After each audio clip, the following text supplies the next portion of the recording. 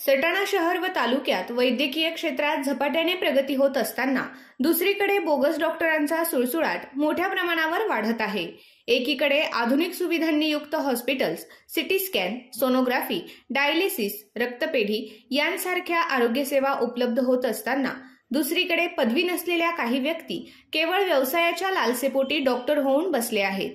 या बोगस डॉक्टरांकडून वैद्यकीय शिक्षणाशिवाय उपचार सुरू असून इंजेक्शन, सलाईन, प्रिस्क्रिप्शन लिहून देणे, औषध देणे अशा गंभीर गोष्टींमध्ये हात घातला जात आहे। विशेषतः ग्रामीण भागातील अशिक्षित जनतेच्या विश्वासाचा गैरफायदा घेत ही मंडळी त्यांच्या आरोग्याशी खेळ करत आहे।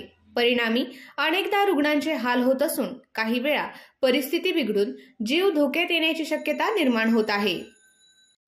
आरोग्य विभागाच्या निष्काळजीपणामुळे शहरातील अनेक भागात तसेच तालुक्यातील काही गावांमध्येही ही स्थिती निर्माण झाली आहे। विशेष म्हणजे काही बोगस डॉक्टर हे ठराविक दिवशी बाहेर गावाहून येत असून गुडघेदुखी, पाठदुखी, सांधेदुखी, फंगल इन्फेक्शन सारख्या आजारांवर आयुर्वेदिकच्या नावाखाली वेदनाशामक गोळ्या देत आहेत।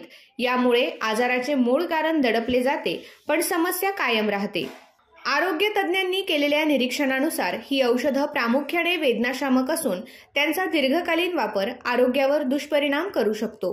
त्यामुळे नागरिकांनी अशा कोणत्याही वैद्यकीय पदवी नसलेल्या व्यक्तीकडून उपचार न घेता केवळ तज्ज्ञ डॉक्टरांकडूनच तपासणी करून घ्यावी असे आवाहन करण्यात आले आहे। सदर प्रकरणी आरोग्य विभागाने तात्काळ लक्ष घालून अशा बोगस डॉक्टरांविरोधात कठोर कारवाई करावी अशी मागणी शहरातील सुजाण नागरिकांकडून होत आहे। ग्रामीण भागातील जनतेच्या आरोग्याशी खेळ करणाऱ्या या प्रवृत्तीला आळा बसावा यासाठी आरोग्य विभागाने अधिक सक्रिय भूमिका घेण्याची गरज निर्माण झाली आहे।